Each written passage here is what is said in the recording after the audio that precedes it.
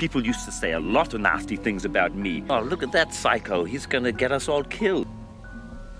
The fictional city of Falkenheim, where Nazi Germany is starting to collapse, is the home of Jojo, a 10-year-old boy who keeps Adolf Hitler as his imaginary friend but can't tie his own shoes.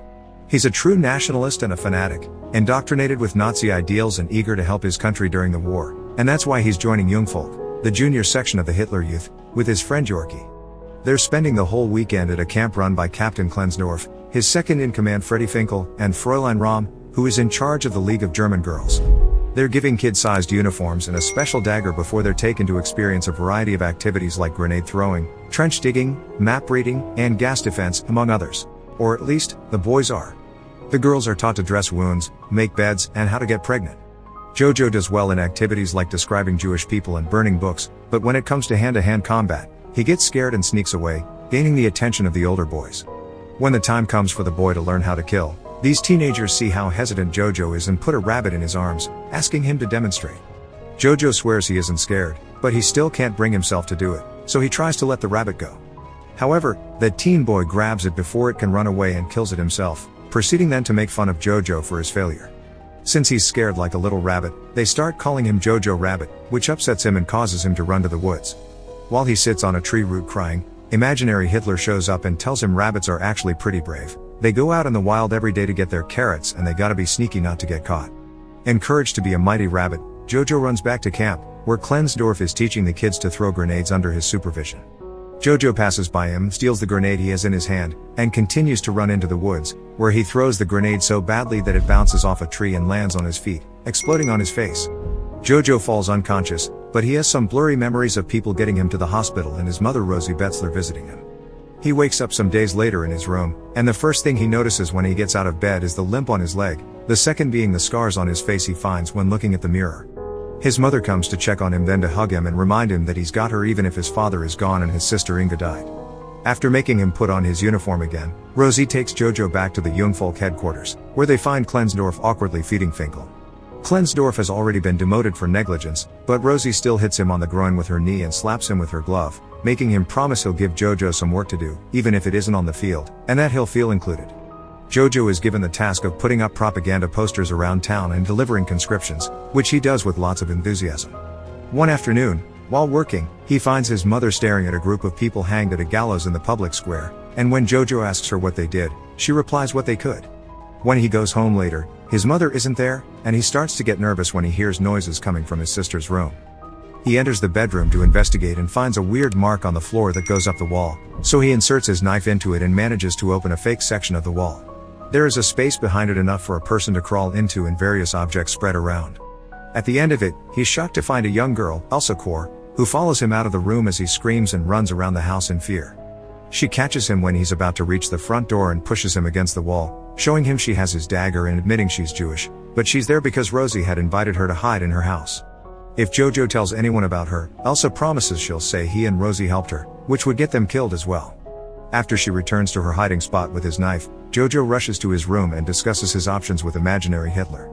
Reaching the conclusion he should negotiate, he grabs a kitchen knife and a pot to protect himself, then returns to his sister's room to tell Elsa she should find somewhere else to live. He gets scared again, however, when she surprises him from behind, takes the kitchen knife as well, and kicks him out of the room. Jojo discusses things with imaginary Hitler again, and they reach the conclusion he should make Elsa feel safe so she'll drop her guard.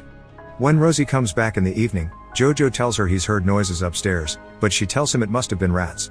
After Rosie puts Jojo to bed, she goes to see Elsa to tell her to be more careful, because if something were to happen, she can't choose her over her own son. She also reminds Elsa that as long as there's at least one person alive out there, then they are losing. The next day, Jojo goes to the swimming pool, which should help him with his leg.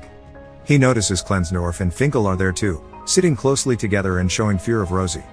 After his mom leaves, Jojo approaches them and asks Klensdorf what he should do if he found a Jewish person. The answer is to call the Gestapo, who will kill them and whoever helped them. Jojo also wonders how one can even identify a Jewish person, to which Klensdorf says he doesn't know either and someone should write a book about it. Once he gets home, Jojo tries to talk to Elsa again. After pointing out they're at a stalemate because neither of them can tell on the other if they don't want trouble, he tells her he'll allow her to stay in exchange for information about the Jewish people, so he can write an exposé book. Elsa accepts and explains they're people just like him, but since he won't believe her, she says they're money-loving demons that are allergic to food. Jojo quickly catches on her plan to get him to bring her food, and when he starts explaining the Aryan race is superior and the Jewish people are weak, Elsa grabs him, covers his mouth, and shakes him as she explains to him there's nothing weak about Jewish people before she goes back to her hiding spot. When Rosie comes back in the evening, she burns something in the fireplace before pouring some wine and playing music. She's very happy because the Allies have taken Italy and France will be next. Jojo begins arguing with her for being against her country, so Rosie cuts the conversation short and tells him to eat. She isn't eating though, claiming she isn't hungry, and Jojo quickly suspects she's saving the food for Elsa, so he decides to have the leftovers for himself.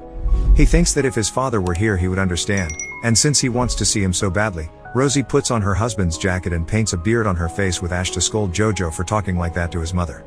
Using her husband's voice, she also asks him to take care of her because she's doing the best she can. Then she turns up the music and makes Jojo dance with her. The next day, Jojo gives Elsa a pencil and paper for her to draw where Jewish people live and where Jewish women lay their eggs. Elsa starts drawing, but she refuses to answer questions about her family. However, she does tell Jojo about her fiancé Nathan, who is away fighting with the resistance. The picture she gives Jojo is a drawing of his own head because that's where Jewish people live. Jojo gets an idea for a plan. He writes a letter pretending to be Nathan breaking up with Elsa and reads it to her, who obviously doesn't believe him, but it still hurts her to hear such horrible things about her with her fiancé's name attached to it. She rushes back into her hiding spot, and seeing her so upset and human makes Jojo regret the whole thing, so he writes a new letter as Nathan saying the last one wasn't true and he does still love her. Elsa thanks him and asks him to bring her more letters in the future. They play a game of who can name more famous and important people on their sides, and Elsa wins when she brings up Jesus. Sometime later, Jojo and Rosie go for a walk to the riverbank, and Rosie tells him how different this area used to be. There were people all the time there, dancing and enjoying romance, which Jojo looks down on. Rosie also thinks kids shouldn't be discussing politics, they should be playing and climbing trees, and everyone should be dancing as a sign of freedom. Jojo looks down on this as well and takes off on his bike, with Rosie following him closely. When they reach the road, they see a truck of soldiers return home, looking gloomy and defeated. Jojo goes back to his house in a bad mood as well, so Elsa tries to distract him by telling him ridiculous fantasy stories about her people. He starts warming up to her and enjoying her company, for which imaginary Hitler scolds later, telling him his German brain shouldn't be bossed around. After he goes to sleep, Rosie spends some time with Elsa, telling her she's glad to have her and see her become a woman since she couldn't do so with her daughter. The following day, Jojo goes to the Jungvolk headquarters, where he finds Klensdorf and Finkel talking to each other with their noses almost touching, a clear tension between them. Jojo tells them he's writing an exposé on Jewish people, but they laugh at him, not believing it's real. Klensdorf decides to share with him some designs he's made for his and Finkel's uniforms, which are very flamboyant. Then he gives Jojo a new task: he must collect scrap for the war effort. While walking the streets dressed as a robot, Jojo sees his mother handing out little anti-Nazi flyers, and he also meets with Yorkie, who has been accepted as a soldier. When Jojo tells him he's captured a Jewish person, Yorkie replies he saw one in the forest and doesn't understand what the big deal is about, which gives Jojo a lot to think about. He visits Elsa as soon as he returns home and gifts her some colored pencils he's found around, but he also reminds her it's illegal for a Nazi and a Jewish person to be friends. Elsa points out he isn't really a Nazi because he hasn't hurt her, he's just a lonely kid trying to find a place to fit in. They agree to disagree. After Elsa realizes how dirty she's become, Jojo allows her to leave the room and take a bath. She even borrows some of his sister's clothes. They're about to have dinner together when someone knocks on the door, and after she runs back to her hiding spot, Jojo opens the door to find a group of Gestapo officers led by Hermann Diertz, and right after them, Klensdorf and Finkel arrives as well, saying they had to bring some pamphlet to Jojo, which sounds like his excuse. The Gestapo immediately starts searching the house for any suspicious activity as Diertz asks Jojo why his mother is away all day and why his uniform is lacking his knife. Elsa shows up then, wearing Inga's clothes and pretending to be her. She tells them she was the one to grab the knife because her brother had been bothering her, so the Gestapo goes to search her room next.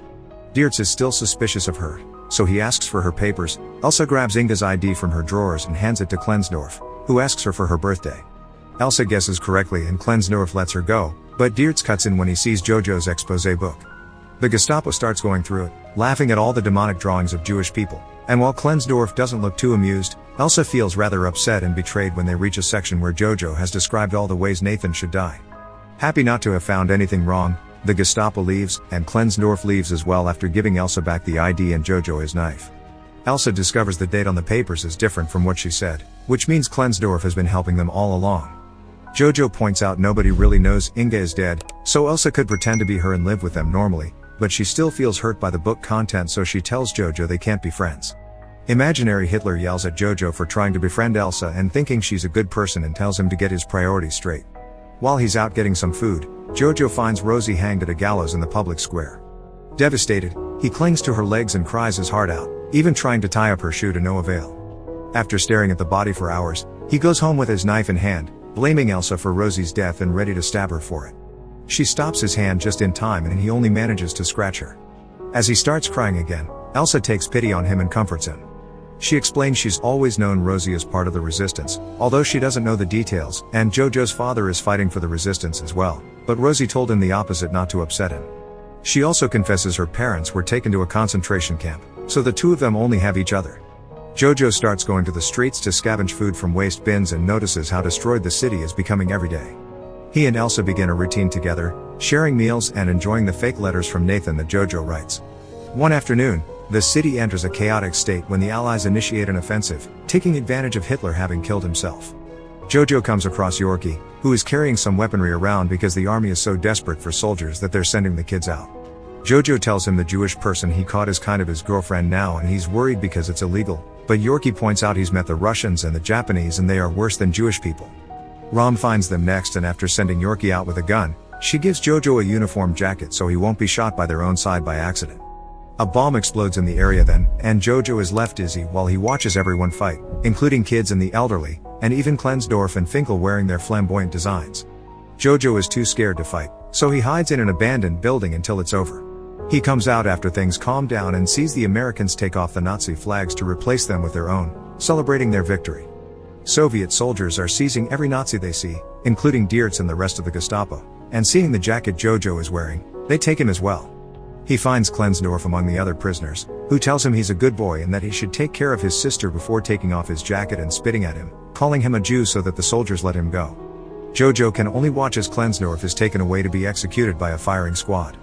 On his way home, Jojo finds Yorkie, who says he'll go to see his mother for a cuddle. When he points out Jojo's girlfriend can be free now, Jojo gets crestfallen at the idea of Elsa leaving and rushes back to the house. He decides to lie to Elsa and tell her Germany won the war so she can't leave, but after going through his book and seeing drawings of his mother and a rabbit in a cage, he pretends to write another letter from Nathan and reads it to her, saying he has a plan to sneak her out of the city. Then, Elsa finally confesses that Nathan died last year of tuberculosis, but she's found the letters comforting. Jojo admits that he loves her romantically, but he knows she only loves him like a brother, which she agrees with, so he wants to help her escape anyway. Imaginary Hitler is disappointed in him for this and tries to convince him to change his mind, but Jojo finally stands up to him and kicks him out of the house through the window. Elsa is hesitant to go out, but Jojo encourages her until she manages to cross the door. At that moment, a car with the American flag drives by, so Elsa slaps Jojo for having lied to her. When wondering what to do next, they decide to dance to celebrate their freedom. Make sure to subscribe and turn on notifications so you can watch more videos like this. Thanks for watching.